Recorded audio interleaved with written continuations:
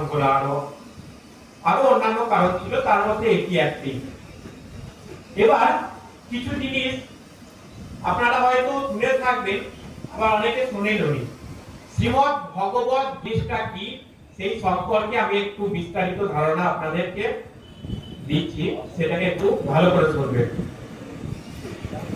শ্রীমদ্ ভগবত গীতা, দেখবেন শ্রীমদ্ ভগবত গীতাকে যদি আমরা কয়েকটি ভাগে ভাগ করি, শ্রীমদ্ ভগবত গীতাকে আমরা কয়েকটি ভাগে যদি ভাগ করি, দেখুন আসবে মদ ভগবত গীতা। বোঝা গেল? শ্রীমদ্ ভগবত গীতা।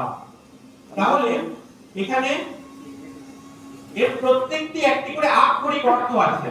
এই আক্ষরিক অর্থগুলো কি কি সেটা একটু ভালো করে মনোযোগ দিয়ে শুনবেন। শ্রী, শ্রী মানে পরমা সুন্দরা। মদ শব্দের অর্থ হচ্ছে গুণাগুণ। ভগ শব্দের অর্থ হচ্ছে ঐশ্বর্য। বৎ শব্দের অর্থ হচ্ছে আত্মসমর্পণ করা। গীতা হচ্ছে জ্ঞান আর ভগবত হচ্ছে ভক্তি। যদি কেউ জ্ঞান আর ভক্তির ভাবাবেগে আপ্লুত হয়ে নিজেকে শ্রী গুরুর শ্রীপাদ পদ্মে অঞ্জলি রূপে অর্পণ করে দিতে পারে, এর ভাগ্যে আর কিছুই হয় না। এই যে গীতা গ্রন্থটি আপনারা দেখছেন, এই গীতা গ্রন্থটি দেখবেন লেখা আছে শ্রীমদ্ ভগবত গীতা। এই যে শ্রীমদ্ ভগবত গীতা কবে বলা হয়েছিল না, আজ থেকে 5240 বছর আগে কুরুক্ষেত্রে পরে ভগবান শ্রীকৃষ্ণ তার প্রাণসখা অর্জুনকে শুক্রবার দিন বেলা 10টা নাগাদ এই গীতার জ্ঞান প্রদান করেছিলেন। শুক্রবার দিন বেলা 10টা নাগাদ এই জ্ঞান প্রদান করেছিলেন। প্রদান করেছিলেন বলতে সেই দিন থেকে প্রদান করা শুরু করেছিলেন।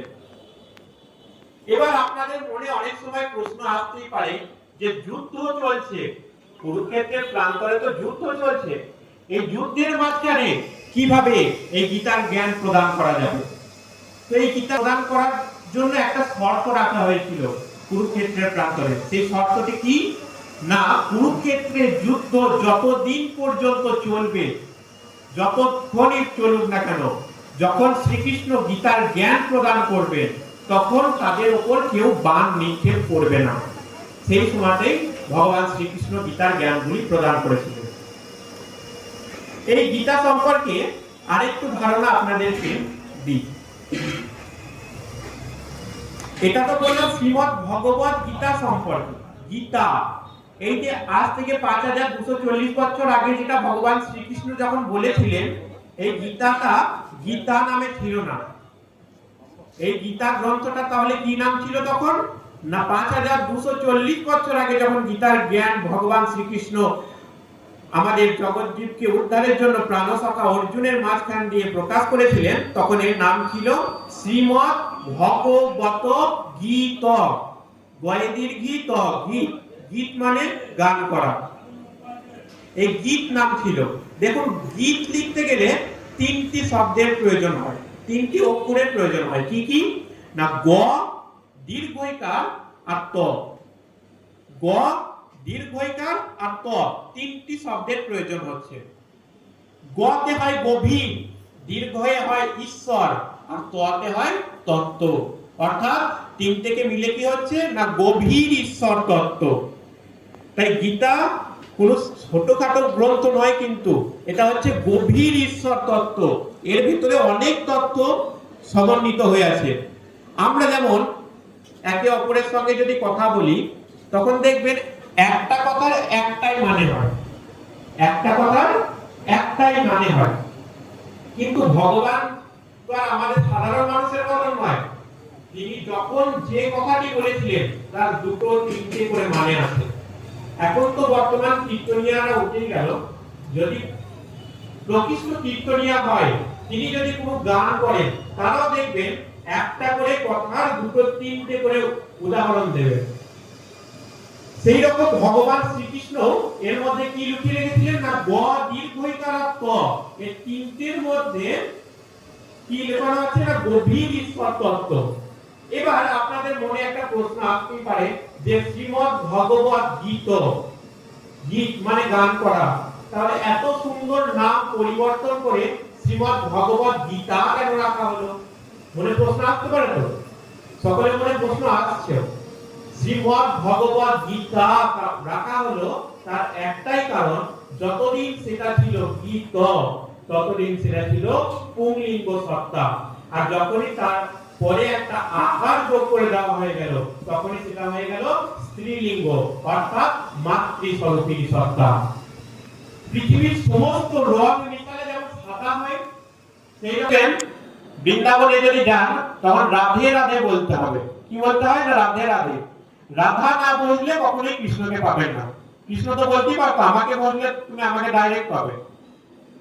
ভগবান শ্রীকৃষ্ণ মাতৃস্বরূপকে বারবার ঊর্ধ্বে তোলার জন্য, তিনি মাতৃস্বরূপকে বড় করার জন্য শেষকালে তিনি গীতার নামকরণটি করেছিলেন। আপনারা যখন সরস্বতী পুজো এখানে হয়, তো এখানে যখন সরস্বতী পুজো হয়, অঞ্জলি যখন অর্পণ করেন তখন দেখবেন ব্রাহ্মণ মশাই আপনাদেরকে, ঠাকুর মশাই আপনাদেরকে একটা মন্ত্র উচ্চারণ করে, যে বেদ বেদাঙ্গ বেদান্ত বিদ্যা স্থানে ভয়ে বচ। বেদ বেদাঙ্গ বেদান্ত অর্থাৎ যে গ্রন্থ ভক্তকে ভগবানের নৈকট্যে নিয়ে আসে সেটাই হচ্ছে উপনিষদ। যে গ্রন্থ ভক্তকে ভগবানের নৈকট্যে নিয়ে আসে সেটাই হচ্ছে উপনিষদ। তাই গীতার মধ্যে দিয়ে ভগবানের কাছে যাওয়া যায়, ভাগবতের মধ্যে দিয়ে ভগবানের কাছে যাওয়া যায়, রামায়ণের মধ্যে দিয়ে ভগবানের কাছে যাওয়া যায়। এবার আজকে এই যে গীতা পাঠের আসর, গীতা পাঠ হচ্ছে, ভাগবত পাঠ হচ্ছে, আপনারা সকলে এসে এখানে উপস্থিত হয়েছে। এই গীতা পাঠ কেন করা দরকার? আমাদের জীবন, আমাদের তো সকলের জীবন আছে, তো আমাদের জীবনের প্রকৃত উদ্দেশ্য কি আপনারা জানেন? আপনাদের জীবনের প্রকৃত উদ্দেশ্য কি? কেউ বলতে পারবেন আপনাদের জীবনের প্রকৃত উদ্দেশ্য কি? আমাদের জীবনের প্রকৃত উদ্দেশ্য হচ্ছে কিভাবে ভালো থাকবো, কিভাবে সুখে শান্তিতে থাকবো। তার জন্যই তো রোজগার করা, খাওয়া দাওয়া বা এখানে ওখানে ঘুরতে যাওয়া, সেটার জন্যই তো। কিভাবে ভালো থাকবো, কিভাবে আনন্দে থাকবো, সেটার জন্যই তো। তাছাড়া তো কিছুই নয়। সেই জন্যই রোজগার করা বা চারিদিকে ঘুরতে যাওয়া। কিন্তু ভগবান শ্রীকৃষ্ণ কি বলেছেন জানেন? ভগবান শ্রীকৃষ্ণ বলেছেন এই পৃথিবীটাকে তিনি দুঃখালয়ম বলে আখ্যায়িত করেছেন। দুঃখালয়ম বলে আখ্যায়িত করেছেন। যেমন দেখবেন বস্ত্রালয় বলে যেখানে লেখা আছে সেখানে কি পাওয়া যায়? বস্ত্রালয় বলে লেখা আছে, সেখানে কি পাওয়া যায়? বস্ত্র পাওয়া যায়। তাহলে দুঃখালয় থেকে আপনারা কি পাবেন? সুখ পাবেন? সুখ পাবেন না তো। একটা ছোট্ট গল্পের মাধ্যমে আমি একটু উপস্থাপন করার চেষ্টা করি আমাদের জীবনটা কিরকম হয়ে আছে। চারজন বন্ধু জীবনে বহু টাকা উপার্জন করেছে। একটু মনোযোগ দিয়ে শুনবেন, হ্যাঁ? আর যখনই এই পাঠের মাঝখানে কিছু বলা হবে সকলে একটু রেসপন্স করবেন, দেখবেন ভালো লাগবে। তো চারজন বন্ধু জীবনে অনেক টাকা উপার্জন করেছে। উপার্জন করার পর তারা কি সিদ্ধান্ত নিল? না, তারা সিদ্ধান্ত নিল যে আমরা তো বহু টাকা উপার্জন করলাম, চল না একটু ঘুরে আসি বাইরে থেকে। বলছে তাহলে কোথায় যাবি? বলছে তাহলে আমেরিকা থেকে ঘুরে আসি। দিয়ে তখন তারা যাচ্ছে আমেরিকার লন্ডন শহরে যাচ্ছে। আমেরিকার লন্ডন শহরে গেছে, পাসপোর্ট ভিসা তৈরি করে তারা ফ্লাইটে করে চলে গেছে লন্ডন। এবার লন্ডনে গিয়ে তারা এবার তো ঘুরবে। ঘোরার আগে সবথেকে কি প্রয়োজন? থাকার জন্য তারা একটা হোটেল দেখছে। তো হোটেল দেখতে দেখতে তারা চারিদিকেই দেখছে যে 50 তলা, 60 তলা, 100 তলা হোটেল সব। আমাদের এখানে তো কত তলা হবে? 10 তলা, খুব জোর 12 তলা হয়, কিন্তু ওখানে তো আরো বেশি উঁচু সব বড় বড় হোটেল। তো সেখানে গিয়েছে। দিয়ে এবার আরেকজন বন্ধু কি বলছে যে না, ওই আনন্দ যখন করতে এসেছি তখন সব থেকে বেশি ভালো করে আনন্দ করব। তো কিভাবে? না, সব থেকে যে উপরে ফ্ল্যাট আছে সব থেকে উপরে, অর্থাৎ 100 তলার উপরে যে ঘরটা আছে সেইখানেই আমরা থাকবো। আমরা একদম কাছাকাছি আকাশ দেখবো। আনন্দ করতে এসেছি, তো জীবনে তো অনেক টাকা উপার্জন করেছি, আনন্দ করতে এসেছি। তো বলছে বেশ ঠিক আছে, তাহলে তাই হবে। সেরকম কথা অনুযায়ী সবাই 100 তলাতে একটা ঘর ভাড়া নিয়েছে। 100 তলাতে একটা ঘর ভাড়া নিয়েছে। এবার 100 তলা তার সিঁড়ি দিয়ে ওঠা সম্ভব নয়, লিফটের ব্যবস্থা আছে। ওরা 100 তলায় লিফটে করে গিয়েছেন, যে ঘরে থাকা খাওয়া সমস্ত ব্যবস্থা করেছে। এবার বন্ধুরা বলছে, আরে সারাদিন কি বাড়িতেই বসে থাকবি, চল একবার লন্ডন শহরটাকে ঘুরে আসি গা। সারাদিন এবার খাওয়া দাওয়া বাদ দিয়ে তারা তখন এবার লন্ডন শহর ঘুরতে বেরিয়েছে। লন্ডন শহর ঘুরে টুরে এসে সারাদিন ক্লান্ত হয়ে গেছে। এবার সব ক্লান্ত হয়ে যাওয়ার পর যখন হোটেলে ফিরে এসেছে, তখন কি হয়েছে না, আমেরিকায় যেটা হওয়ার কথা নয় সেইটাই হয়ে গেছে। কি না, লোড শেডিং হয়ে গেছে। ভাবতে পারছেন তো? একবার লোড শেডিং হয়ে গেছে, লিফট চলবে না। তখন তো সবারই মাথায় হাত, এবার উপরে যাবো কি করে? 100 তলায় তো ঘর তো ভাড়া নিয়ে নিয়েছি, টাকাও সব উপরে পড়ে আছে, খাওয়া দাওয়া সব উপরে পড়ে আছে। তখন একজন বন্ধু বলছে এক কাজ করা যেতে পারে। বলছে কি কাজ? না, আমরা চারজনা তো জীবনে অনেক কষ্ট পেয়েছি, অনেক কষ্ট পেয়েছি, চলার পথে অনেক বাধা বিপত্তি পেয়েছি। সেই কষ্টগুলোকে একে অপরকে বলতে বলতে যখন উপরে উঠে যাব, তখন না আর এই কষ্টটা কষ্ট মনে হবে না। একটা জিনিস ভালো করে লক্ষ্য করবেন, আমরা প্রত্যেকজন মানুষ কি ভাবি না, আমার জীবনে হচ্ছে সব থেকে বেশি কষ্ট, পাশের জনের কষ্ট অতটা কষ্ট নয়। আমার জীবনে আমি যা কষ্ট পেয়েছি ওর থেকে কষ্ট আর কেউ পায় না, এটা প্রত্যেকটা মানুষ ভাবে। তো প্রথম বন্ধু শুরু করেছে দিয়ে বলছে যে জানিস তো আমার জীবনে না এই কষ্ট হয়েছে। যাক, ওগুলো আর বিস্তারে গিয়ে লাভ নেই, কি কষ্ট হয়েছে থাকুক। এবার বলতে তারা 40 তলায় পৌঁছে গেছে। 40 নম্বর তলায় পৌঁছে গেছে, আর প্রথম বন্ধুর বলা শেষ হয়েছে। এবার দ্বিতীয় বন্ধু শুরু করছে। দ্বিতীয় বন্ধু বলছে, আরে ধুর, তোর ওই কষ্ট নাকি? আমি আগেই বললাম, লোকের কষ্টটা কষ্ট মনে হয় না, নিজেরটা সব থেকে বেশি কষ্ট মনে হয়। দ্বিতীয় বন্ধু বলছে, তোর কষ্টটা কোনো কষ্ট নাকি? তো আমার কষ্টটা শোন, কেঁদেই ফেলবি। দিয়ে দ্বিতীয় বন্ধু বলা শুরু করেছে। বলতে তারা 70 তলায় পৌঁছে গেছে। আর কত তলা বাকি থাকলো? 30 তলা বাকি থাকলো।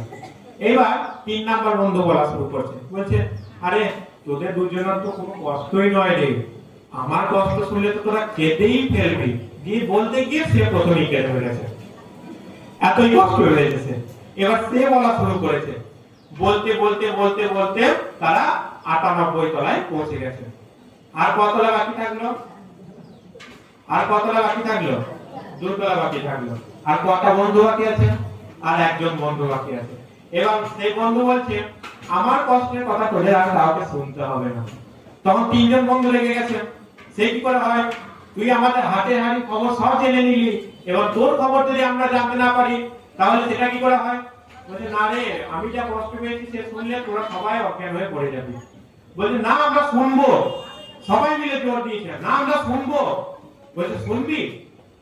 সেই বলতে 99 তলায় পৌঁছে গেছে। শুনবি বলতে 99 তলায়, আর বাকি আছে 1 তলা বাকি আছে। সেই সময় চতুর্থ বন্ধু বলছে, কি হয়েছে শুনবি? শোন তাহলে, আমাদের যে ঘরের তালাটা মেরেছি না, চাবিটা 1 তলায় আমরা ফেলে এসেছি। চাবিটাকে আমরা 1 তলায় ফেলে এসেছি। সেই শুনে আর বন্ধুদের পা ওইখানে দাঁড়াবে? বলুন। আমাদের সেই জীবনের ক্ষেত্রেও একই জিনিস পরিলক্ষিত করবেন। ছোট থেকে বড় হচ্ছি, বৃদ্ধ অবস্থায় পৌঁছে যাচ্ছি, তখনও শুধু ছুটেই যাচ্ছি অর্থের সন্ধানে, ছুটেই যাচ্ছি কিভাবে ভালো থাকবো, কিভাবে সুখে থাকবো।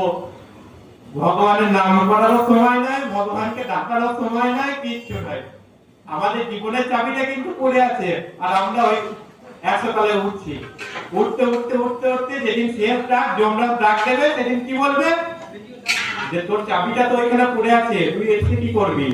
যা, আবার মর্তধামে ফিরে যা।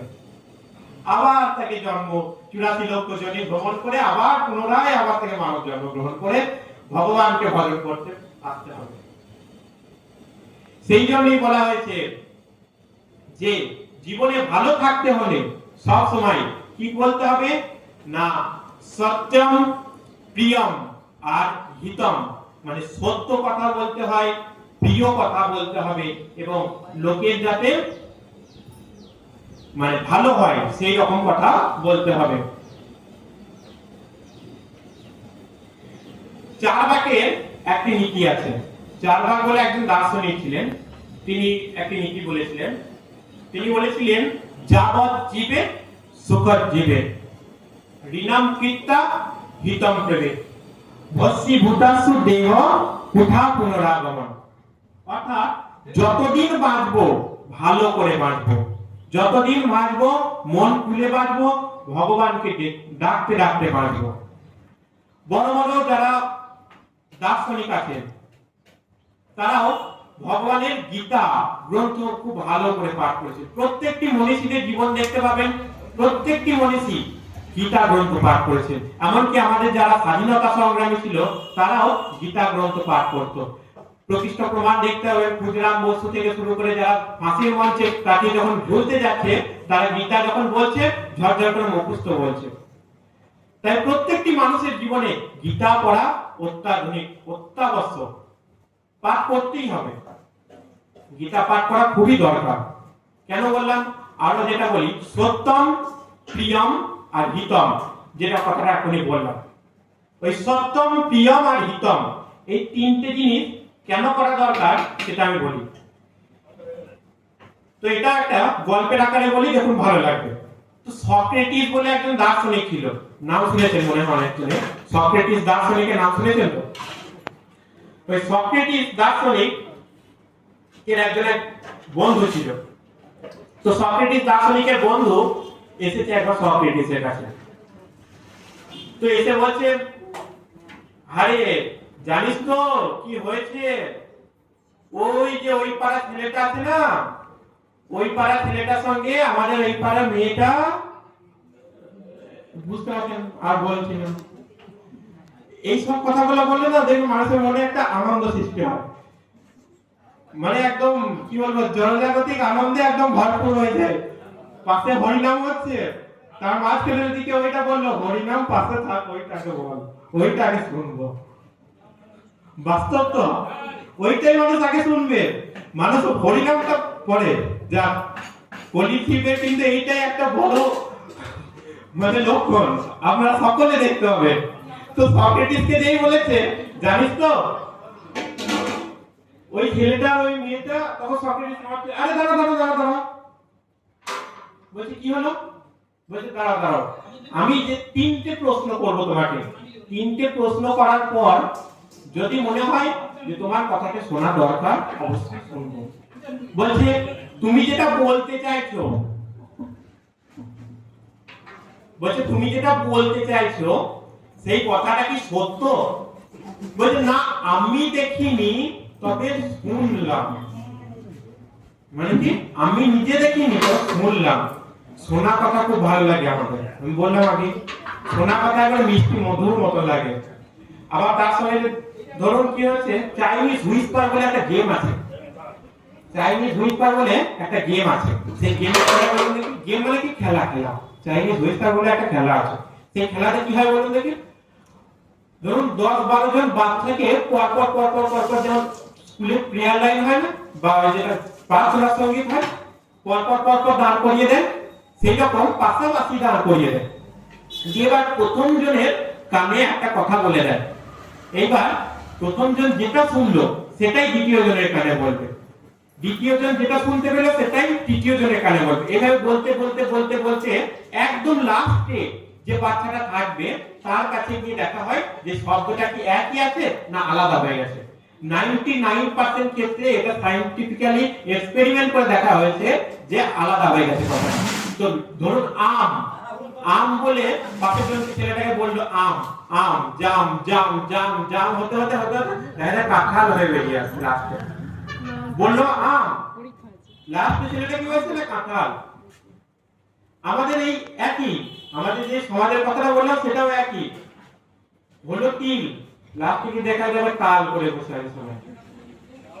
শোনা কথা তো সুমধুর লাগছে, আমি একটা কথা বললাম, আপনারা শুনলেন, আপনারা আরেকজনকে বলছেন আরেকটু বড় করে, আরো সুন্দর করে গুছিয়ে, আবার আরেকজনকে বলছে সে আবার এত সুন্দর করে গোছাচ্ছে, একদম স্টোরি রাইটার মনে হচ্ছে। তখন আর লেখকরাও ফেল, লেখকরাও আর তাদের সামনে পারবে না। তো তখন সক্রেটিস বলছে তুমি যেটা বলছো সেটা কি সত্য কথা? বলছে না, আমি শুনিনি, আমি দেখিনি, আমি শুনলাম। তখন বলছে বেশ ঠিক আছে, সত্য নয়।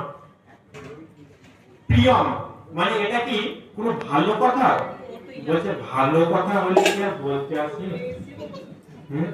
ভালো কথা হলে কি আর বলতে আসি রে? ভালো কথা কেউ বলবে না, কেউ না। আজ পর্যন্ত নিজের মা, বাবা আর ভগবান এই তিনজন ছাড়া আপনাকে কেউ ভালো রাস্তা দেখাবে না, কেউ না, নাথিং এলস, কেউ দেখাবে না।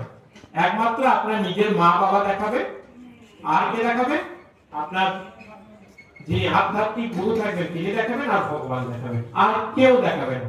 তারা সবাই বলবে উচ্ছন্নে যা পরের ছিল পরমানন্দ, যত উচ্ছন্নে যা আসে না কথাটা, সেইটাই হবে।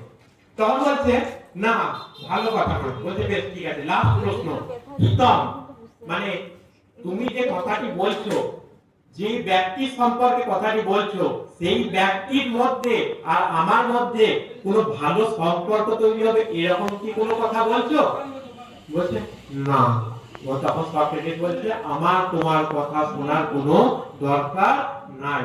তাই কি বলতে হবে না, সত্যম কথা বলতে হবে, প্রিয়ম কথা বলতে হবে, আর হিত মানে যাতে অন্যের হিত হয় সেই রকম কথা বলতে হবে। এবার মনে মনে ভাববেন তাহলেই তো হয়ে গেছে, পুরো বিশ্ব দুনিয়াটাই তো উল্টে যাবে। এক কথা বললে আর এক কথা তো সবাই, কেউ কথা রাখে, কেউ কথা রাখে না, তো তাহলে তো বিশ্ব দুনিয়াটাই উল্টে যাবে। আমাদের চারটে যুগের নাম কি কি? সত্য, ত্রেতা, দাপর, কলি। সত্য, ত্রেতা, দাপর, কলি। সত্য যুগে, ত্রেতা যুগে, দাপর যুগে ভগবানকে পাওয়ার জন্য একজন মানুষকে বা একজন তপস্বীকে বা একজন সাধুকে অনেক কষ্ট করতে হতো, বছরের পর বছর, হাজার হাজার বছর। 24 প্রহর হয় তো হরে কৃষ্ণ 24 ঘন্টা মানে 3 দিন ধরে চলছে। দেখবেন এখানে হয় নাকি জানি না, সবটা তো সব জায়গায় হয় না, আমাদের ওখানে হয়, আমি প্রত্যক্ষ দেখেছি তাই বলছি। হরে কৃষ্ণ নাম করতে এসে তারা 2 ঘন্টা 3 ঘন্টার কন্টাক্ট থাকে, 2 ঘন্টা 3 ঘন্টা করে এক একটা গল্প হবে। যেই 2.5 ঘন্টা পেরিয়ে গিয়েছে মাইক ক্যানভাস করছে, পরবর্তী দল চলে আসুন, পরবর্তী দল চলে আসুন। আগতেও কিন্তু তাদের নাম করার কোনো রুচি না, কোনো রকম পয়সা নিয়ে বাড়ি যাওয়া আর কিন্তু কিচ্ছু নয়। তারা সমাজই 2.5 ঘন্টা হতে না হতে সমাজে তারা ক্যানভাস করবে। আপনাদের এখানে হয় নাকি জানেন?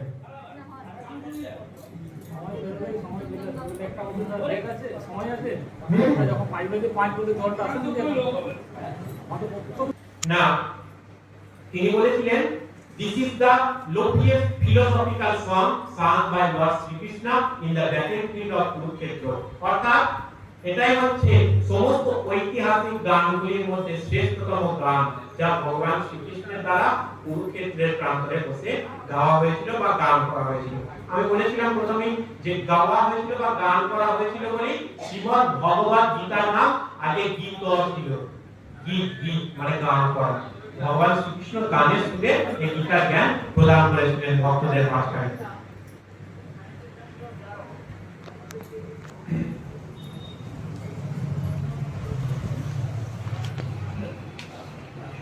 তো আমাদের জীবনে গীতা পাঠের কি জন্য দরকার, গীতা পাঠ কি জন্য করা দরকার, সেগুলো আপনাদের মধ্যে আশা করি আমি বোঝাতে পেরেছি। এবার দেখুন, গীতা পাঠ আমাদের হিন্দু সনাতন ধর্মাবলম্বী যদি হয়ে কেউ যদি গীতা পাঠ না করে, কেউ যদি ভাগবত পাঠ যারা পড়তে পারে না, তাদেরকে শ্রবণ করাও খুব দরকার। কেন বলুন তো? আজকে এমন একটা আমরা পর্যায়ে পৌঁছে আছি, দেখবেন কারোর বাড়িতে যদি গীতা থাকে, দেখবেন চট করে কেউ বের করে না। আবার কেউ বের করলেও আমি কয়েক জায়গায় এখানে শুনেছি নাকি ঠিক আমার খেয়াল করছে না, তবে আমি আমাদেরই শিষ্য বাড়িতে অনেক জায়গায় আমি শুনেছি যে গীতা বইটা আছে একটা লাল কাপড়ে মুড়ে দিয়ে একটা কোণে, ঘরের কোণে রেখে দিয়েছে, ঘরের কোণে। তা আমরা জিজ্ঞাসা করছি যে এই গীতাটাকে ঘরের কোণে রেখে দিয়েছো কেন? বলছে আমাদেরকে বলেছে গীতা তো এখন পড়ার জন্য নয়। আমরা বলছি তাহলে কখন পড়ার জিনিস? বলছে গীতা তো সেই তখন পড়তে হয় যখন বাবা মা মরার সময় হয়ে গেছে, তাড়াতাড়ি গীতাটা কানের কাছে পড়, তাড়াতাড়ি মরে যাবে। আর বাকি টাইমে লাল কাপড় মুড়িয়ে সাইডে সরিয়ে রাখা দরকার। কখন ওই কারণ তার থেকে সেই জন্যই আমাদের হিন্দু ধর্ম এত ধীরে ধীরে ধীরে ধীরে নিচে নামতে নামতে নামতে এমন নিচে জায়গায় চলে গেছে, ভগবানের নাম করবে সেখানে কানে আঙুল দিচ্ছে। ভগবানের কানে নাম করবে, কানে আঙুল দিচ্ছে। এরকম কেন বলছি? দেখবেন আপনাদের এখানে কার্তিক মাসে টহল বেরোয়, ভোরবেলায় টহল বেরোয়, ভোরবেলায় যখন টহল বেরোবে, দেখবেন খোল করতাল বাজিয়ে যখন যাবে না, তখন তাড়াতাড়ি আপনারা হয়তো বেরোচ্ছেন, যারা বেরোবে না তাড়াতাড়ি জানালাটা ঘাম করে বন্ধ করে বলবে সকালবেলা সব কাজকর্ম নাই, বেরিয়ে পড়েছে, ঘুমে নষ্ট ডিস্টার্ব করে দিচ্ছে আমাদেরকে। হয় কি না? সবাই বলবে তাড়াতাড়ি। কিন্তু আজকে অন্যান্য ধর্ম যদি দেখুন সকালবেলা হতে পারে, তাতে কোনো দোষ নাই। ইসকন হচ্ছে প্রাইমারি লেভেল। এইবার প্রাইমারি লেভেলে সারা জীবন কি আপনারা থাকতে মন হবে? প্রাইমারি লেভেলে সারা জীবন আপনাদের থাকতে মন হবে কি? একটু তো হায়ার ক্লাসে উঠতে হবে। উঠে মাধ্যমিক, উচ্চ মাধ্যমিক, গ্র্যাজুয়েশনের পর এমএসসি, এমএ পরে আবার পিএইচডি, সবকিছুই তো আছে। সমস্ত কিছুর ব্যবস্থা আছে ইসকন প্রাথমিক স্টেজের জন্য। ওরা নিজস্ব মতামত কিন্তু পোষণ করে। এখানে একদম পুরো আমি আমার ব্যক্তিগত কথা বলবো। ইসকন পুরো নিজস্ব ব্যক্তিগত কথাবার্তা পোষণ করে। গত 1.5 বছর কি 2 বছর আগে আমার কাছে একটা খবর হয়েছিল যে ইসকনের প্রভুপাদ, শিল প্রভুপাদ, যিনি আন্তর্জাতিক কৃষ্ণ ভবনামৃত সংঘের প্রধান আর কি, সেই প্রভুপাদের জন্মদিন পড়ে গিয়েছিল একটা একাদশী তিথিতে। সেই একাদশী তিথিটা কি তারা পরিবর্তন করে দিয়েছে। তো সেই একাদশী তিথি কোনোদিন পরিবর্তন হয় সেটা আমার তো জানা ছিল না, বা আমার সর্বজ্ঞানে কোনোদিন জানা নেই, বা হয়তো যারা সাধুগুরু বৈষ্ণব থাকবেন বা যারা একাদশী ভালো করে পঞ্জিকা ফলো করে পড়বেন, তারা এই বিষয়টির সঙ্গে একমত হতে পারবেন না হয়তো বলে আমি আশা করি। ইসকন প্রাথমিক স্টেজ ঠিক আছে, প্রাথমিক স্টেজে বেরিয়ে আসার পর যখনই একটু আপার ক্লাসে উঠবেন, ধীরে ধীরে গুরুদেবের কাছে জানার আগ্রহ প্রকাশ করবেন। যখনই গুরুদেবের কাছে জানার আগ্রহ প্রকাশ করবেন, আজ কি হচ্ছে, গুরুদেবের কাছে কিছু জানছেন না, গুরুদেব বসে আছে। খিদে পেলে, বাচ্চা ছেলে খিদে পেয়েছে, কে যায়, কে খাওয়াবে? আপনি নিজে গিয়ে আগে মুখে জোর করে ঢুকিয়ে দেন, খা খা খা, খাই না, জোর করে খাই না, সেটা মারা করবে। আর বাকি ধরুন কোনো বাচ্চা ছেলে আমাদের কাছে এসেছে, তাহলে তাদের কি করবে? জোর করে খাই দেবে? কখনোই না। জল পিপাসা পেলে কোথায় এগিয়ে যায়? কোয়াল এগিয়ে আসে? এগিয়ে যেমন আসে না। নিজেদেরকেও যদি একটু ধর্ম সম্পর্কে জ্ঞান অর্জন করতে হয়, গুরুদেবের কাছে আপনাদেরকে প্রশ্ন রাখতে হবে, পড়তে হবে, যথাযথ প্রশ্ন রাখতে হবে। এইরকম আমি কিছু প্রশ্ন শুনেছিলাম, অবান্তর প্রশ্ন করলে তো হবে না। কিছু প্রশ্ন আমি শুনেছিলাম যে কয়েকজন বলছিল যে নিরামিষ খেলেই যদি ভগবানকে পাওয়া যায় তাহলে তো গরু ছাগল আগে পেয়ে যাবে। এইরকম অবান্তর প্রশ্ন করলে হবে না। আরো কিছু প্রশ্ন শুনছিলাম ওই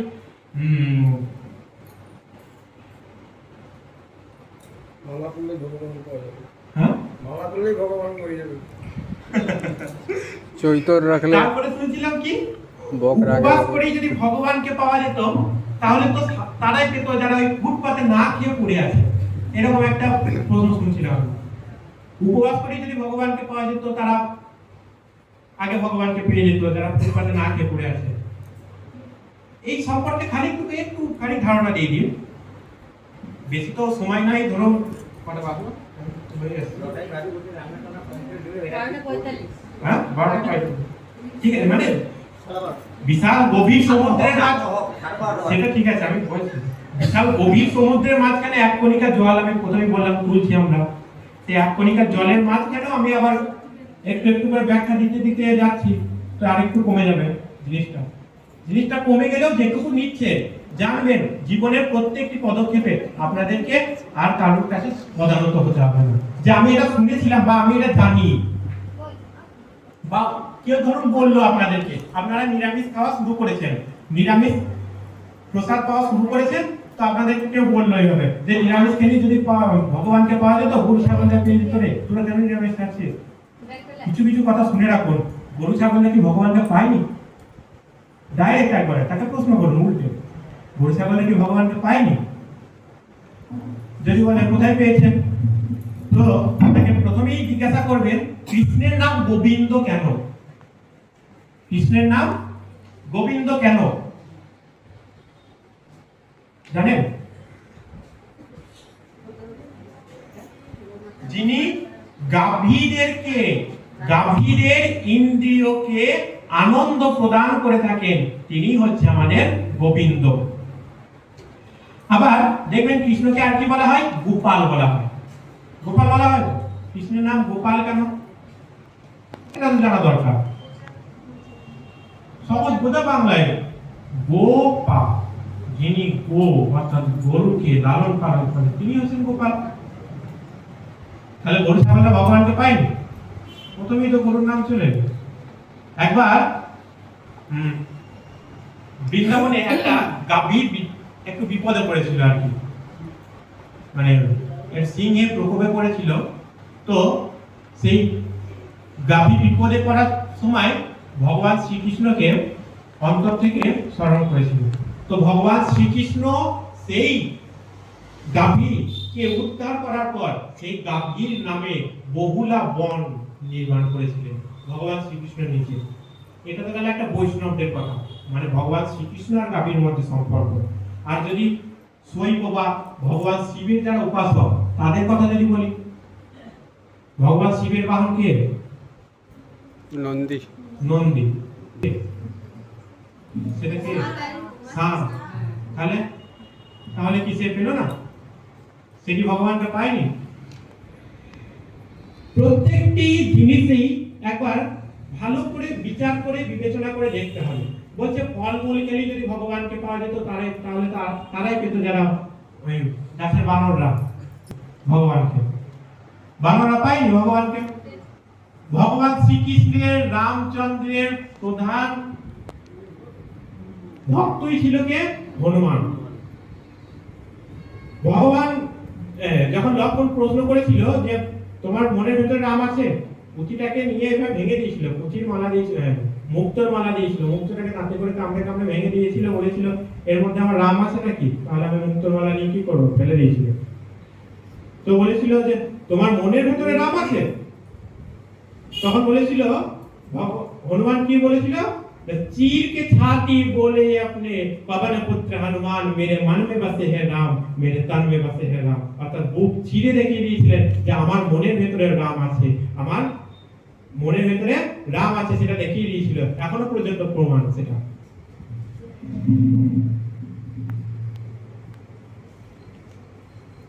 এবার ভক্তি সম্পর্কে কিছুটা বলি।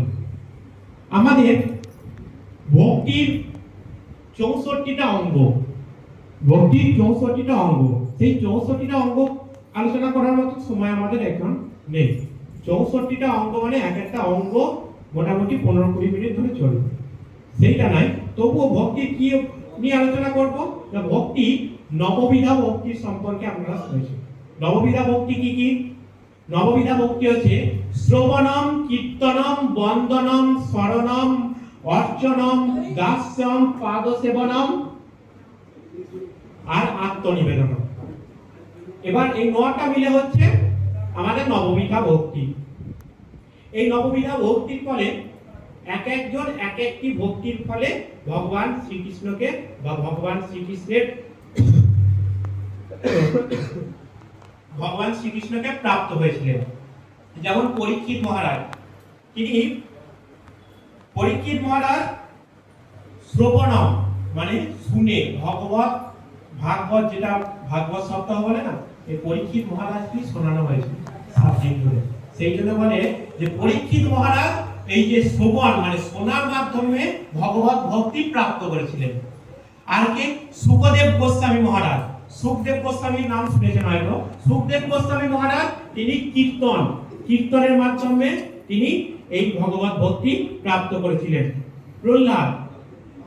ভক্ত প্রহ্লাদ ভগবান বিষ্ণুকে স্মরণ যখন আগুনে ফেলে দিয়েছিল তার বাবা হিরণ্যকশিপু, তখন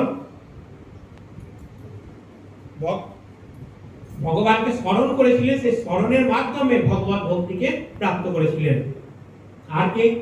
লক্ষ্মী দেবীকে না ভগবান নারায়ণের চরণের কাছে তিনি সারাক্ষণ বসে আছেন, পদ সেবা করছেন। পদ সেবার মাধ্যমে তিনি ভগবত ভক্তি প্রাপ্ত করেছিলেন। আর কে? পৃথু মহারাজ অর্চনার মাধ্যমে তিনি ভগবানকে এই ভগবত ভক্তি প্রাপ্ত করেছিলেন। অক্রুর বন্দনার মাধ্যমে বসার জায়গা নেই, বসে বলুন না, বসে বলুন, বসে বলুন, এর সামনে জায়গা আছে, বসে বলুন।